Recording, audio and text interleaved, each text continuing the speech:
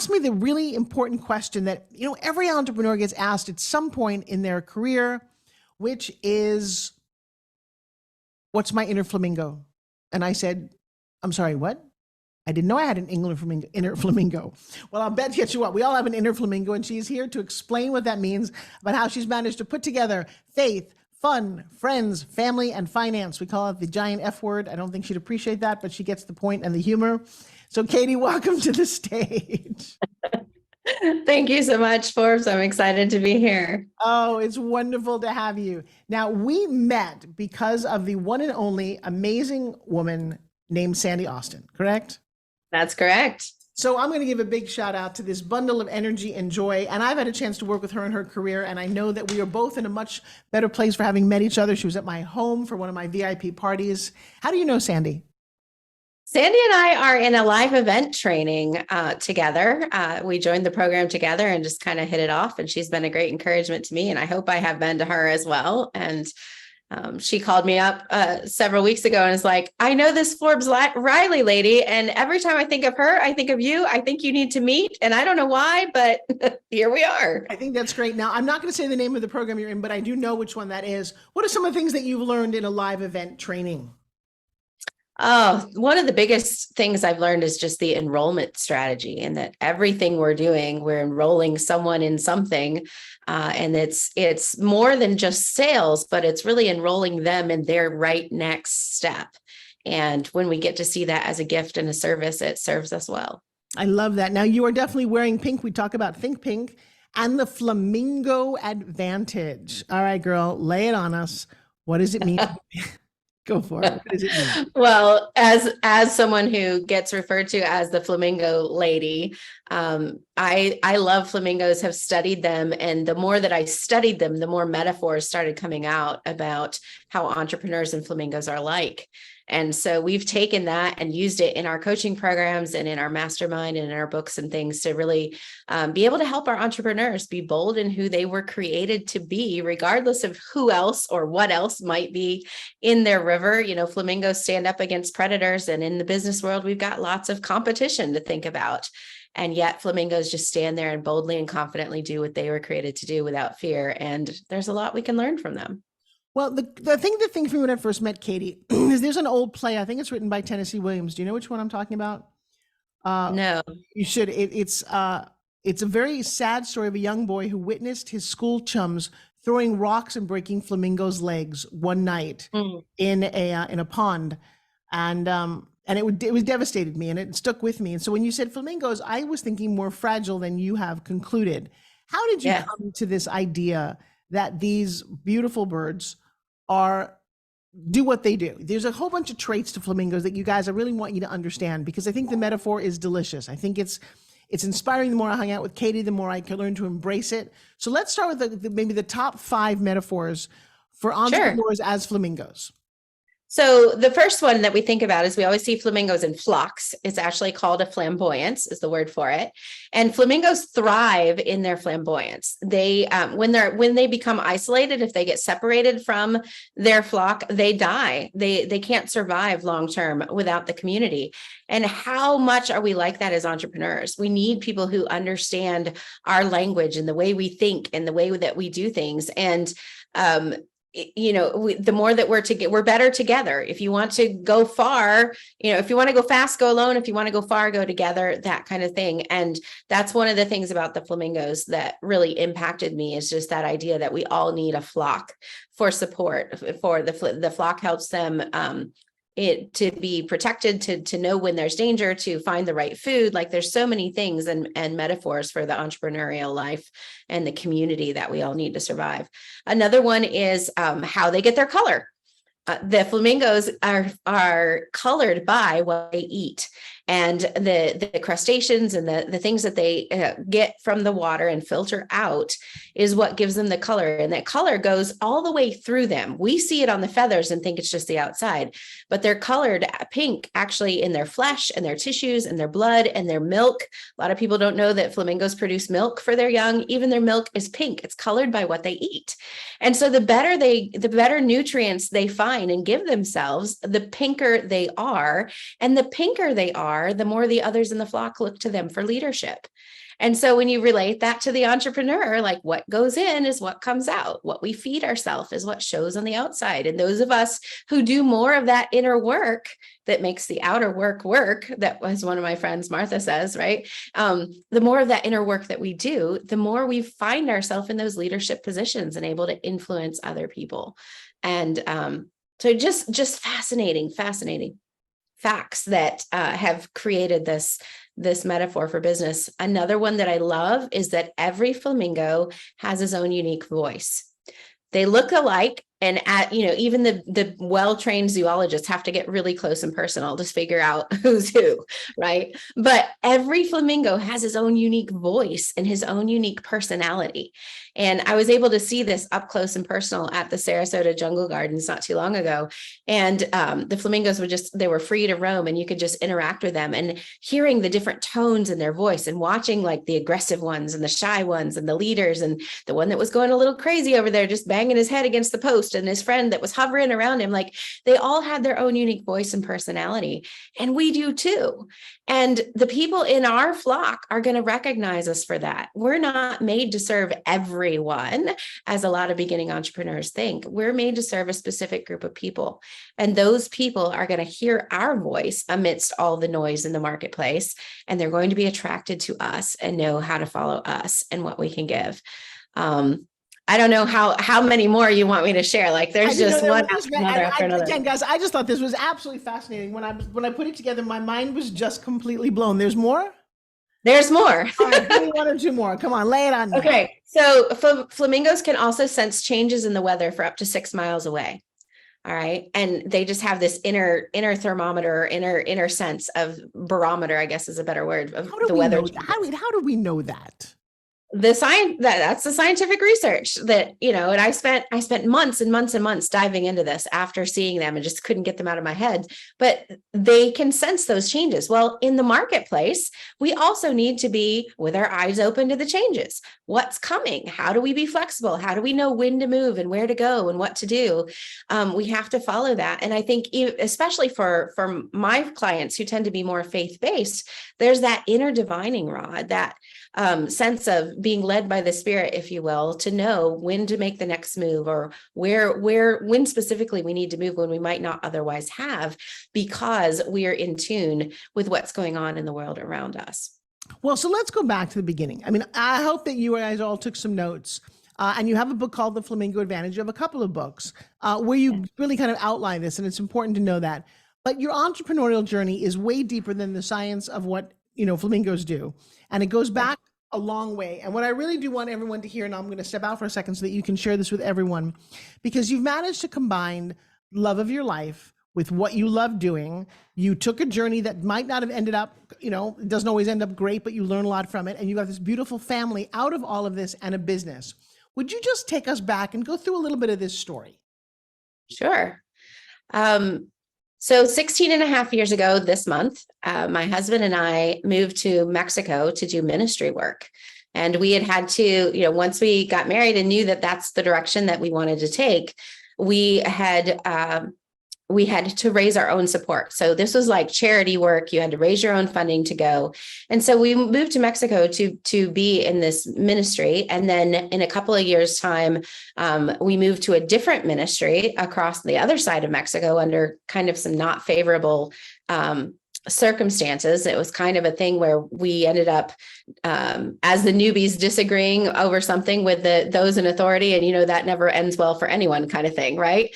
But God used it to move us to another ministry where we thought we'd be there forever, working in a children's home. And we were there about 9 months when that ministry ended abruptly, because the lady who'd brought us in thinking we would be the leaders of the next generation of this children's home came to us and said, I brought you in hoping everyone would fall in love and live happily ever after. And the truth is, my national staff doesn't want outside leadership.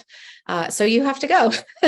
And we're like, go where? Right? Like, we've just left everything to come to Mexico and do this work. And we thought we'd be in this little, work of 30 people for the rest of our lives. And now what? Right. And at this point, we had 4 small children, like 6 months old to about 6 years old. We had no work visa in Mexico. Now we've left 2 ministries in less than a year. So we lost a lot of our financial support. We lost a lot of our emotional support. This was the recession period in the US back in 2010, 2011. And so everyone was looking for a reason not to send money overseas and take care of things at home, right? And we really were in a hard spot where from 1 month to the next, we didn't know what was coming in and would we have enough to keep the lights on and keep the kids fed. And yet we knew specifically that we had both been called to Mexico. There was a purpose for us being there. And so we started asking, like, why are we here?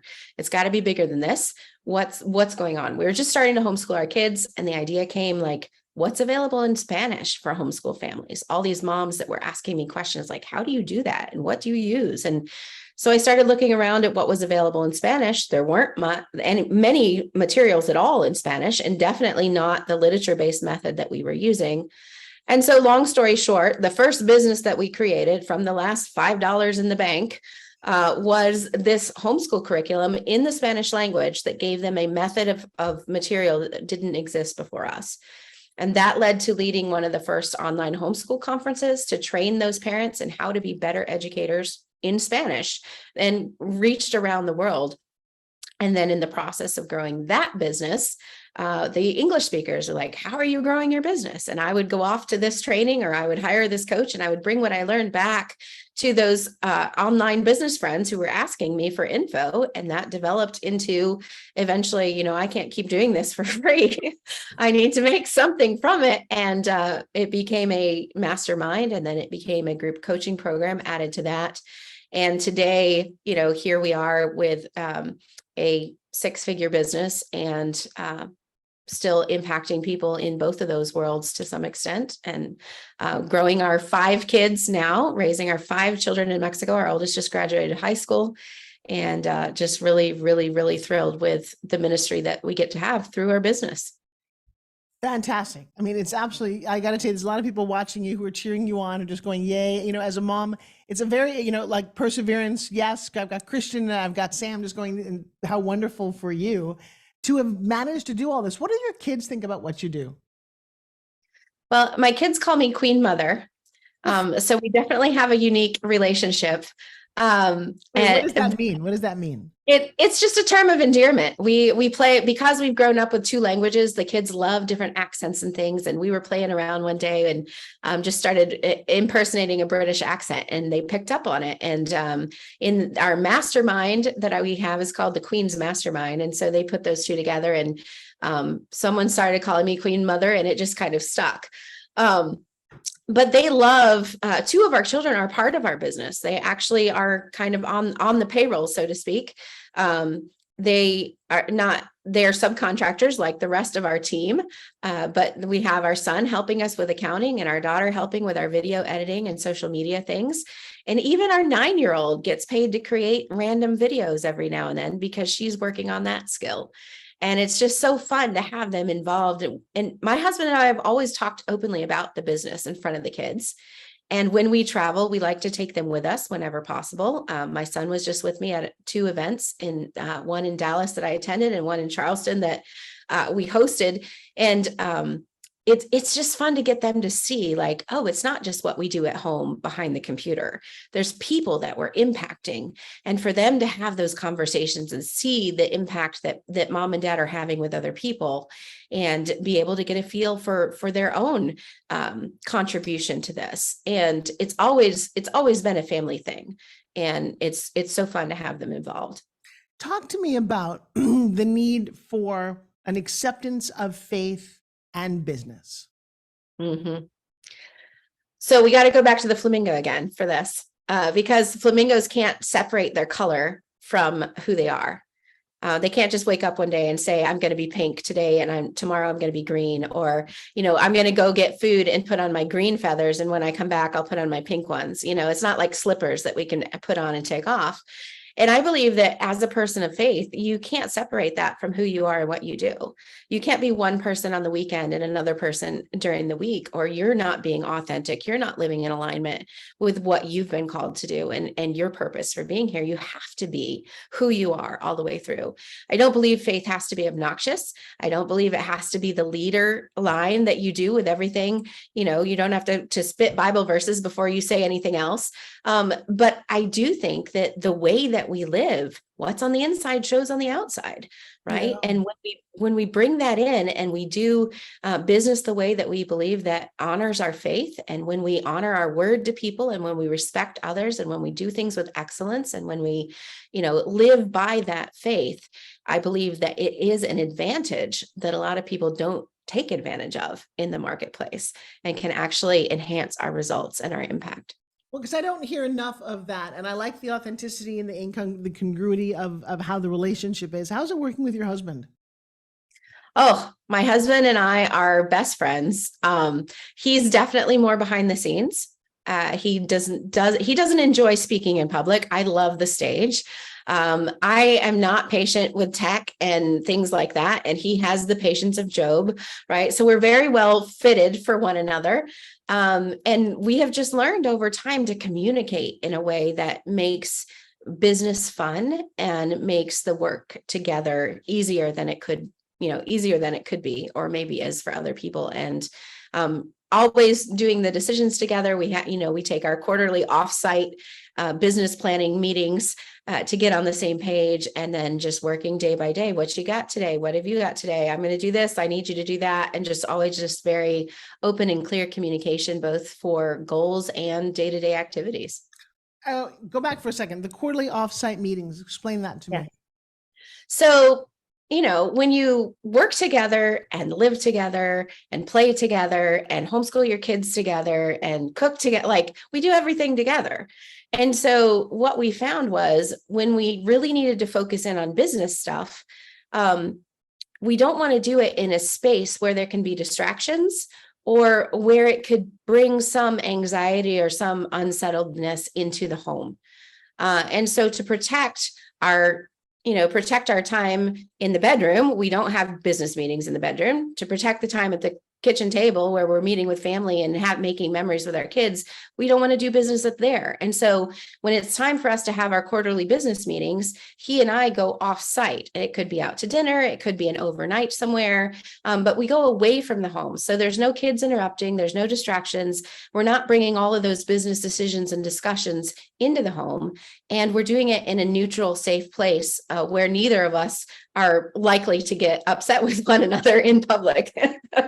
Where we might, if we were at home and more comfortable. So it really helps us to work through things with plan. One of the biggest issues that I've worked with everybody in my family. My daughter runs one of my companies. My son was in our company. My husband currently is our videographer. My ex-husband was partners in everything. I don't know how else to do that. But I will say that I'm not the best at separating church and state, no pun intended here, about literally not having business in the bedroom or at the kitchen table.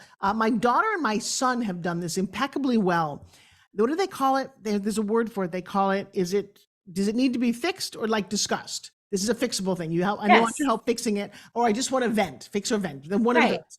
And they're so good at it. I come in and all of a sudden I'm just yakking about, and it's like, Mom, you can't blur those lines. And no one had ever done that to me before. So congratulations for figuring that out.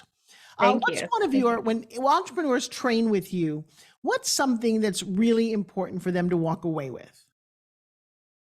Confidence is one of the biggest pieces that we work with our people, and it's a mindset thing.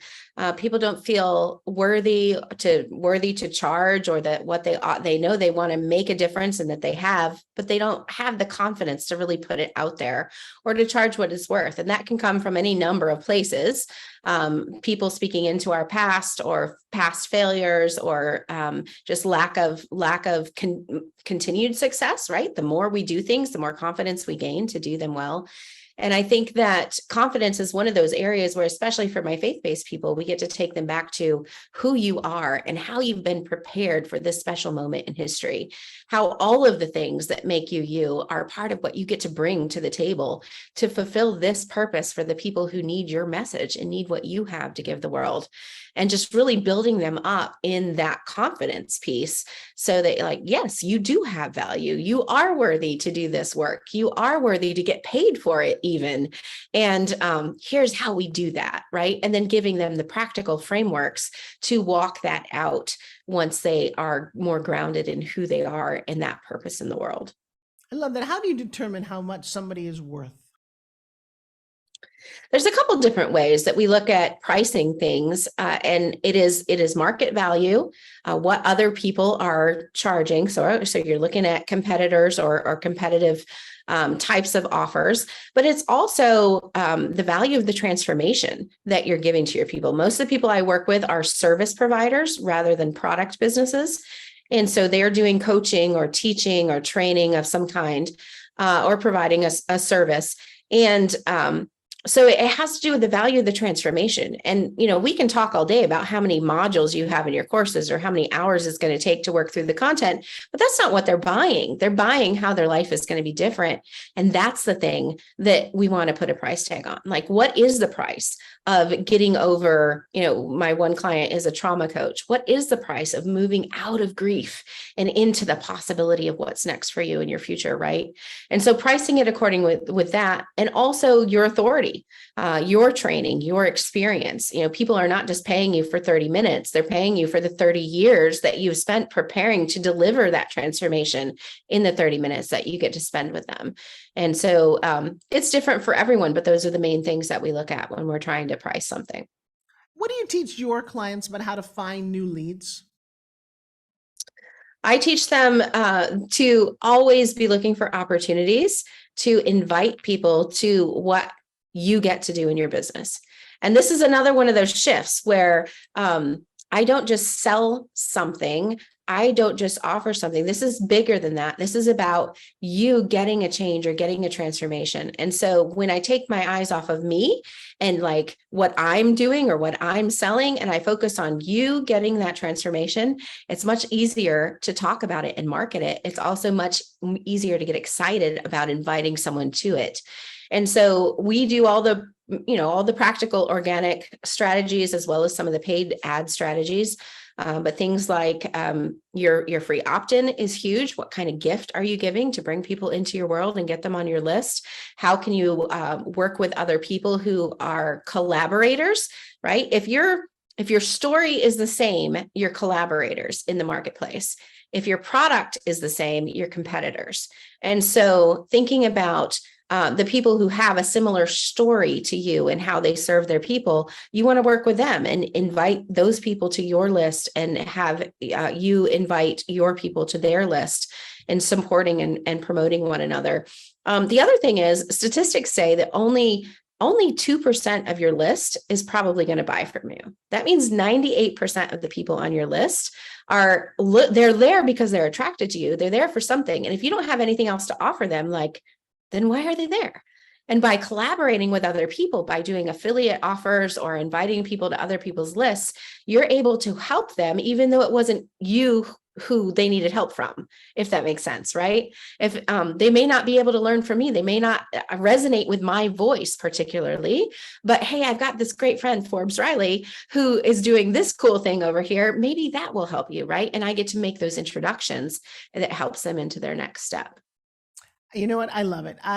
You're very smart. You know that? And I mean Thank that in you. really a loving, no, I mean that in a very loving way. I talk to entrepreneurs all day, every day. I have a lot of over 18,000 students. And it's exciting to hear, how did you come to your knowledge base? Was it that you had mentors? Was that you did a lot of studying? Where did you go to get this rock solid foundation? I grew up in a business family, but I knew from high school that I wanted to be in ministry overseas. And so my family didn't pour business knowledge into me. I was around business talk, but I was not the object of the business talk or training. I went to school for education. My husband went to school for ministry work, and so when we decided to start a business, we didn't know anything about business and finances. we had to learn how to do it all ourselves. I had to take a class from HTML when I was building a website back in 2010. I had to take a class on affiliate marketing and take a class on writing emails and take a class on copy and take a class on memberships and take a class on, I had to learn all those things. And because I was a natural teacher, then I could bring it in to what I teach and be able to use those different skills to teach others. And when I started my mastermind initially, it was a peer mastermind. It was friends who'd agreed to come together a couple times a month and share what was working for us. I love that. And as I started investing in myself, I was the one paying for a coach. I was the one joining the programs, taking the classes. I started to grow faster, to outgrow some of them. And eventually, then guys, I can't keep doing this for free. I think it's time we step into a paid model here. And, that really was it, is I was just always asking, what's the next thing I need to learn? Who's the best one to teach it? And how can I get in front of them? I love that. What do you do? You're very positive. What do you do when you're not, when things don't go your way? A little bit of chocolate therapy. We usually have a good cry, and I'm usually overtired when that happens. And so I go to bed early and wake up tomorrow to see what God has for us the next day. I tell my clients I quit about once a month, right? And then I get up and go back to it, because it's not about quitting. Somebody still needs the message. Trick question. How many flowers do you have? I don't know exactly. I've got several. I think I have 7 on this trip with me. I'm in Charleston today on a business trip. I have one for most of my outfits. I combine it and color match it. And I read that on your website. What's the significance of the flowers for you? The flower is my visual reminder that I get to show up and be me today. Because there was a time in our early ministry years when that was frowned upon, when anything that drew attention to you was seen as something that would take away from the mission of the gospel we were there to present. And so I complied. But in complying to that rule, I stuffed all the fun parts of my personality deep down inside, and I lost part of who I was. And years later, I was late for a class, and hot, humid day in Mexico, grabbed my daughter's headband to put in my hair. And everyone's like, I love the flower. And the next week I showed up without the flower, and they're like, where's the flower? You need to wear that more often. And the more that I wore the flower, the more I felt pretty, the more I felt like me again. And the more God used that to just remind me, like, it's okay to be who I made you to be. And that was pre-Flamingo, right? And it's been something that was so meaningful. I've just worn it every day as my reminder. I get to love the fun, the colors, the stickers, the confetti, throw confetti in today's face is something I say a lot. Like, something goes wrong, like, we're just going to throw confetti and make a party. How can we reframe that to be something positive instead, and look at the bright side of what could happen because this happened for us, not to us? I should set you up with my girlfriend, Samantha Lockwood. She spent a lot of time growing up in Hawaii, and her grandmother said to her, try something. She was an actress, but was also a waitress. And she said, put a flower in your hair, a real flower. And she did. And whenever she did, she said her grandmother would always make more tips. And she did the same thing and found out that it was very infectious. She went ahead, and I love this. You should look it up. It's called Fleurings, Fleurings. And then the little water vases that you wear in your ear or around your neck, and you can put a fresh flower in there, and it stays beautiful all day long. And nice. So I'm reminded about the uniqueness of flowers and how it does make me smile when I see you. And I love the color pink and. Yes. Your book. And it represents Mexico a little bit as well. There you go. Definitely very colorful. I lived and worked in Mexico for 10 years on and off. I worked at Club Meds everywhere from Hermosillo to Hualtuco, Playa Blanca, up to Cancun on the other side. Mexico's a beautiful place. And for many people who've not been there, I lived in San Diego. So Mexico is not just Tijuana. Mexico is a lot of beautiful people, unbelievable shorelines, and not to be missed. And then, of course, I did the whole center of Yucatan and that as well. I love Mexico for so many reasons. And I speak just enough Spanish to get in trouble. Oh, my goodness. I love the idea of the relationship of you and your husband. I think that in business is so fascinating. But do you find it difficult when you go to look for outside help? Is it the two of you at the top of the pyramid, or can you trust other people? Yeah, it's been the two of us for years and years and years. And then just in the last 2 years, we've started expanding our team. We grew tremendously in 2020 and had to kind of revamp the way that our programs worked. And then in that, identifying who were the team members that we wanted to bring on. Finances is one of the things that can jerk the happy right off me quicker than anything. And so that's one of the things that jerk the happy. Oh my God, I'm sorry, that just made me laugh. So that's one of the things that, my son has an affinity for numbers. And so we started getting him some of his homeschool classes, and his math classes were around accounting and things. And he started moving into more and more of those responsibilities. So I don't have to check them every day. He checks them for me and just reports in. And then we work on monthly stuff, and then we hand the rest off to the CPA, but that's been helpful. I hired an executive assistant last year. And that was an amazing thing to do. And she handles, the emails and the calendar, and she's also the concierge for our higher level programs right now. Eventually we'll hire a concierge so that she can continue to just be executive assistant, and they can take care of her people. But, it is hard to trust. And especially for a type A control freak, like recovering perfectionist kind of person like me, it is hard to trust. And maybe that's why I like you so much. It's trial and error. It's I have to get clear on what I want and how things are done, but I also have to give them the space to be them and to infuse their work with their personality and their preferences, as long as we can continue to serve. And one of the things that I learned from being in the strategic coach program is that if they can do it 80% as me, that's good enough.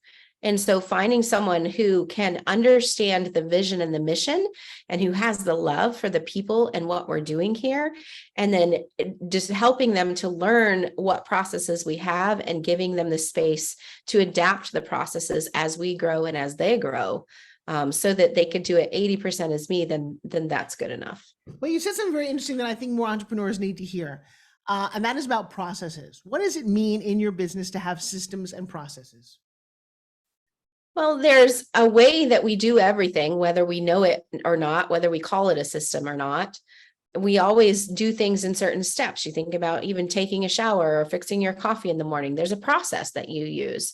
And whether you do it intentionally, even if you don't do it intentionally, you will create a process unintentionally, which can create some issues sometimes. And so when we think about it with intention, my assistant and I just spent 2 days this week together. And one of our projects one afternoon was to walk through one of our high ticket programs, step by step by step, every touch point. Here's when they pay. Here's what happens after they pay. Here's what happens with the next email. Here's what happens on the onboarding call. Here's what happens when they sign the agreement. Here's what we do to send them, their welcome package. Here's what happens the first day. And like all of those steps, and then answering the questions like, what are they thinking? What are they fearing? What are they using? What do they need? What do they expect?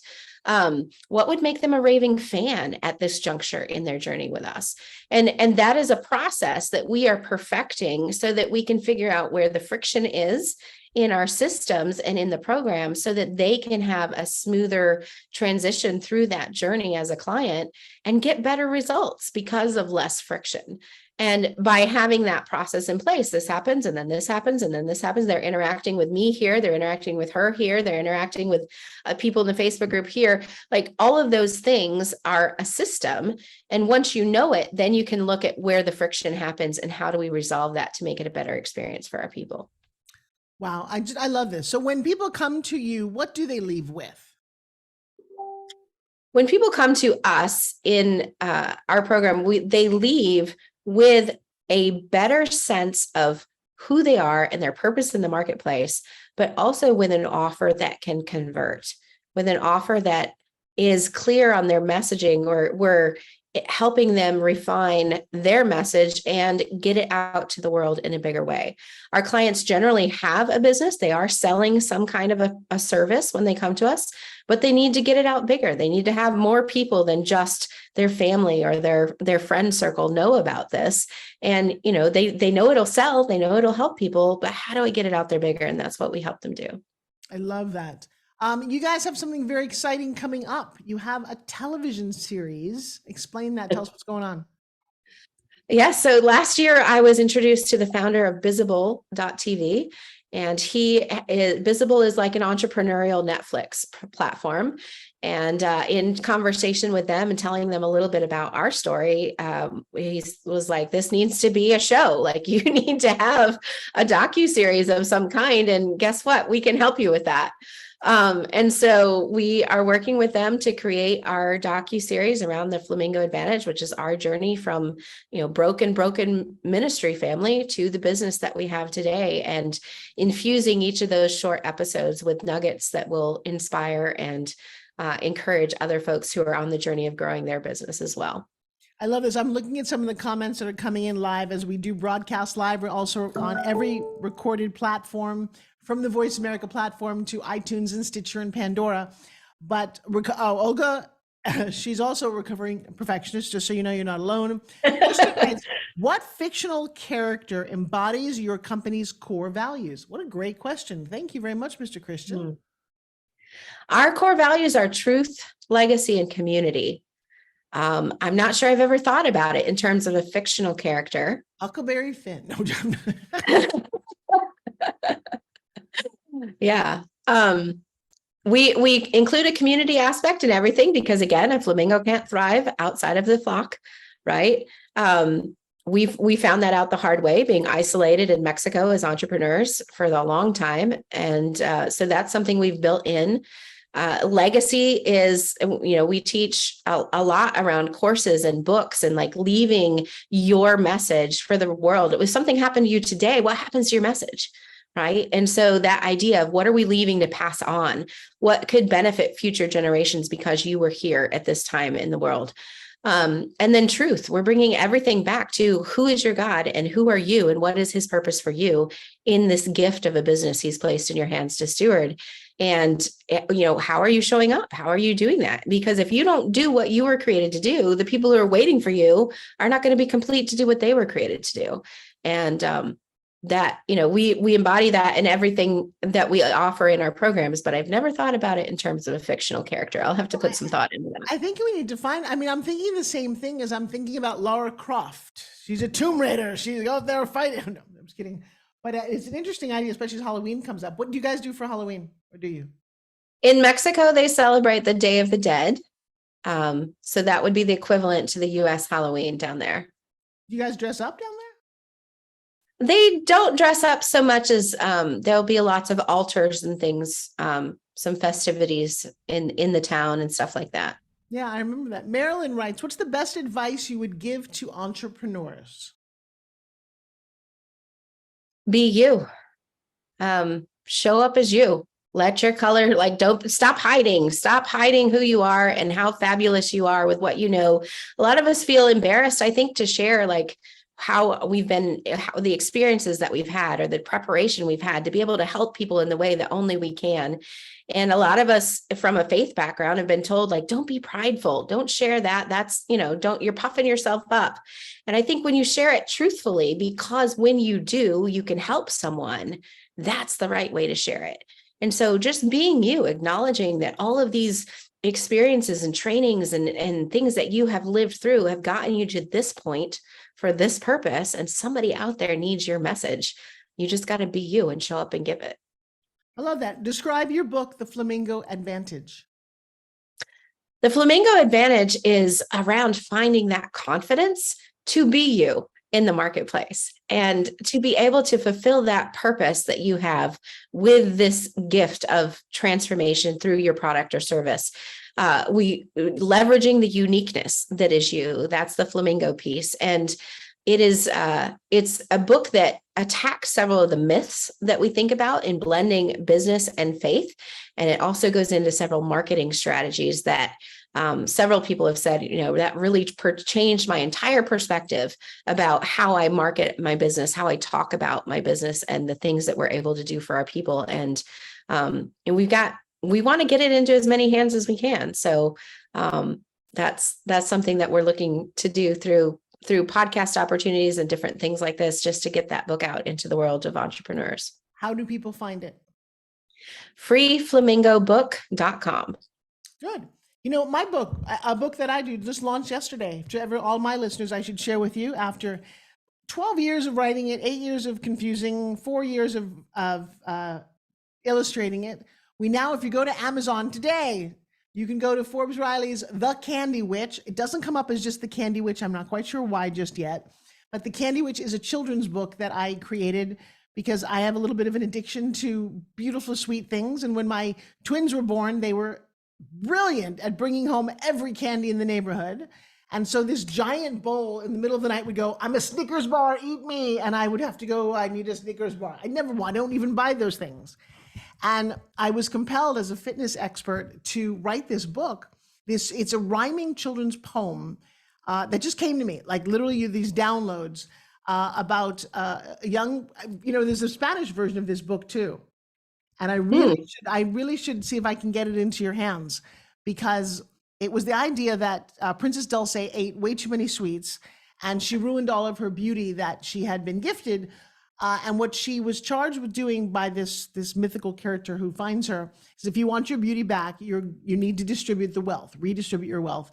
And so her job on every Halloween is to fly around, and every kid gets to keep their 5 favorite pieces. That's more than enough for a child. And all the rest of the candy that you don't need, you put outside your door. And when you wake up in the morning, there's something very sweet there in the form of some remuneration, like the Tooth Fairy. Oh, cool. Yeah, you get money for candy, basically. And the candy gets to leave the house in a very creative way, because it really became an issue for me. And I love reading the story. I love the illustrations. I just think are beautiful. The fact that it's bilingual, because I have a lot of friends all around the world, and Spanish is one of my second languages as well. And so, yeah, The Candy Witch in Espanol y in English. It's so exciting. Congratulations. I'm excited for you. Thank you. Thank you. What's been one of your favorite crazy Halloween costumes over the years?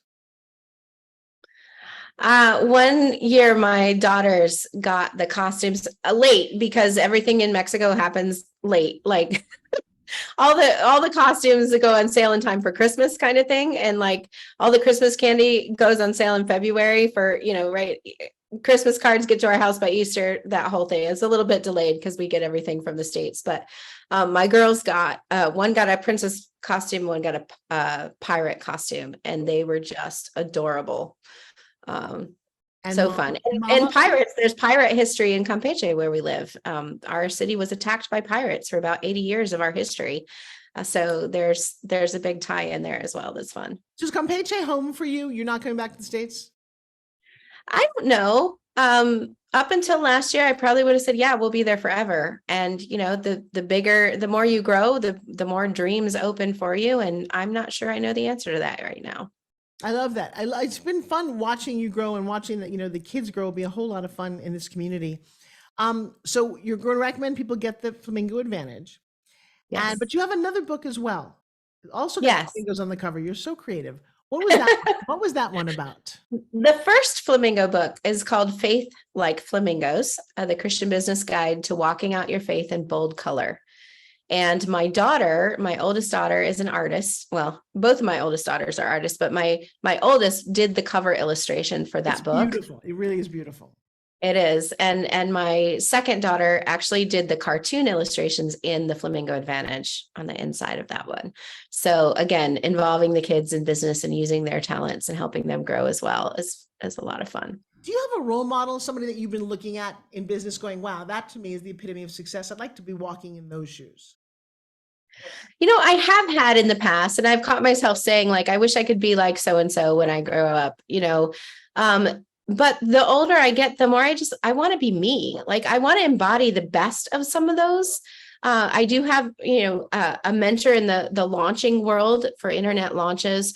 I have a mentor in the live event enrollment space. And I love them and what I'm learning from them, but I really want to be me. That's, what? I think everybody and there's a lot of people watching this right now. I want to be me, as she's sitting there in her pink, talking about flamingos. I will say that I have a little paintbrush on some of the things that you were doing. And I feel very honored to have walked down that path for a little while with you, because, pitching is powerful for me. I have a gift for everybody. I just got in business with somebody that I really adore, and I think it's going to serve you well. But if you guys go to www.pitch59.com And if you go to create card and put in the word Forbes, you can try it free for a month. And it's a very exciting digital business card that has a phenomenal referral system in it. Have you ever heard of that? I've never heard of I've never heard of the referral part, where you literally swipe and I could recommend you and all that you do to someone else in the blink of an eye. I think it's brilliant for events and for companies, and they're going to be one of my sponsors, and I'm excited to promote this. I've had a lot of business cards cross my desk, but this is something different, because when you're in an organization or you like to network like you do, I can easily say, like Sandy said, hey, you should meet Katie. Boom, here's her information. It's that fast. So just as a sponsorship plug, I'm going to say www.pitch59.com. And if you put in the word Forbes, you get a free month and you get 20% off forever, which is how I like it. Fabulous. This has been just delightful. Is there anything that we've not heard from Miss Katie?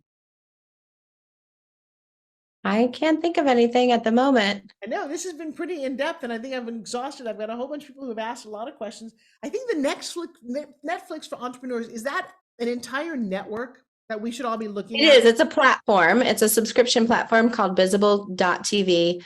But the interesting thing was that when we worked out our agreement, we were able to retain the rights to publish it on our platforms as well. And so if you go to the flamingoadvantage.com, you can sign up to watch the series, and we're able to release it as it releases on Visible. It's also co-releasing on our own platform for our folks as well. So I love that. And it does. So it lives on your website. You guys want to make sure that you check that out. All right. In closing, some final words from Katie. As entrepreneurs, I think one of the things that I got from you, and this is really important too, is that you don't shy back from studying what you need to know. I find that too many entrepreneurs just wallow in this. I just don't know how to do this. I don't know how to do a launch. I don't know how to launch a book. I don't know how to, and they stay there. You have taken action. Can you explain to us how you go about that when you're up against something you don't know, and why you're so committed to it? Well, in one of the hardest times of our business career, one of my coaches looked at me and says, "What are you going to do? Are you going to quit?" And I said, "I can't quit. Like there is no quitting. That's not the right question. The question is, what am I going to do next?" Right. And I think that's the question that we've always had, is like, what do we need to know next? Who's the best one to teach us that? Like, who is where I want to be in regards to this topic or this skill or this network even, and how do I get there? How do I learn from them? Who's the best at this, and how do I learn from them?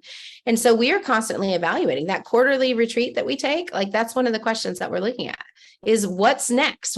Every one of my coaches says, new level, new devil, right? Like every time you get somewhere, there's the next thing looking at you that you don't know how to do. Yes. And so you just have to say, like, what's next, and who's got the answer, and how can I get access to that knowledge or that person? And lately, the bigger you get, as our team has grown, some of those are answered by, like, who's the next person, not the next training, like who's the next one we need to hire, because we are just at capacity and can't continue to do this or do this well ourselves. It's better for us to look for someone who has that special skill and bring them on as part of our team. All right. Remind us how we find you. The Flamingoadvantage.com. It is a beautifully designed website. I can attest to that. And I will tell you. Thanks to you. Well, no, thanks. I appreciate that. But thanks to you really understanding how to take action. You've been absolutely delightful to be around, to work with. There is such a spirit around you. There's no doubt in my mind why you're successful and why you are growing and continue to be successful. And guys, for all of you listening, one of the things that Katie's great about is really blending the concept of faith and business, family and fortune. I raised my two kids in my business. They are both business minded. They have their own businesses. They're very smart with that. They're not, my parents always shielded us from that. I didn't know anything. When I got out of college, I didn't know how you ran even a household. I didn't know basic things because they were so busy doing it for us. As a mom, I truly believe that the smartest choices that I made were to bring my kids to meetings, was to have them around me and not go, oh no, even on Zoom calls, my kids were notorious for sitting on my lap. Why not? Yep. And people who didn't like that were just not right from my world. I'll bring up this interesting question. We just talked today about being culturally appropriate. Mm-hmm. I now am instituting in my membership an application, because if you're not a culture fit, you don't fit. And not everybody fits in everything. How do you feel about that, culturally appropriate? I think it's very key for having a successful anything where there's really, like, if it's a DIY program, it doesn't matter, pay you and be done, right? But if there's any amount of community, like, culture fit is a big deal. And you, as an entrepreneur, you get to choose the clients. You don't have to work with whoever has the money. And say that again. Say that again. yeah, that was a big mindset shift for me too. I mean, somebody taught me that, like, you get to choose who you work with. You don't have to work with anyone just because they have money. So make sure it's the right fit on both sides, right? A right fit for them that you can really help them, a right fit for you, and a right fit for the community that they have things that they can contribute. And part of knowing that they're a right fit, though, lies with the leader in establishing the correct expectations. People like us do things like this. This is what's acceptable. This is what's not. This is what we do. This is what we won't do and won't be allowed in this space, because I'm in charge of creating the safe space and building what I want to build here. Hands off, Kate. I just think you're adorable. That's not even adorable. That's not a fair word. You are what you are. There's something about you that makes me tickle pink. Oh, can I say that? Thank you. And why was there a pink panther? Why was a panther pink, do you think? Probably not really. I have no idea. But that theme song just went through my head. We need to create the flamingo pink song. Dun-dun, dun-dun. Actually, I have a client who just wrote us a flamingo song for our brand. Are you serious? Yes, I'm serious. We're using it in part of the music on our TV series as well. Oh, I love that. And I will tell you guys, when you look up flamingos, we've all heard a flock of birds. When Katie said to me, they travel in a flamboyance. I just can't even conceive of what a fun word that is for a flock of pink birds. We're flamboyant. I don't know. I loved it. Katie, I want to say thank you very much for being part of our podcast today. You guys are watching the Forbes Factor. We focus on health, wealth, and happiness. I will say today we've had all three. Marilyn Pierce, one of my favorite students, writes, "A true woman of integrity and determination." So take that with you as one of our many gifts that you get to leave with. And we'll be heading over to the Flamingo Advantage. Thank you. Thank you. Have a wonderful day. You guys, I will see you next time right here on the Forbes Factor. We focus on health, wealth, and happiness. And as always, I think we did a pretty good job of bringing it to you. I'll see you again next time. Bye-bye, everybody.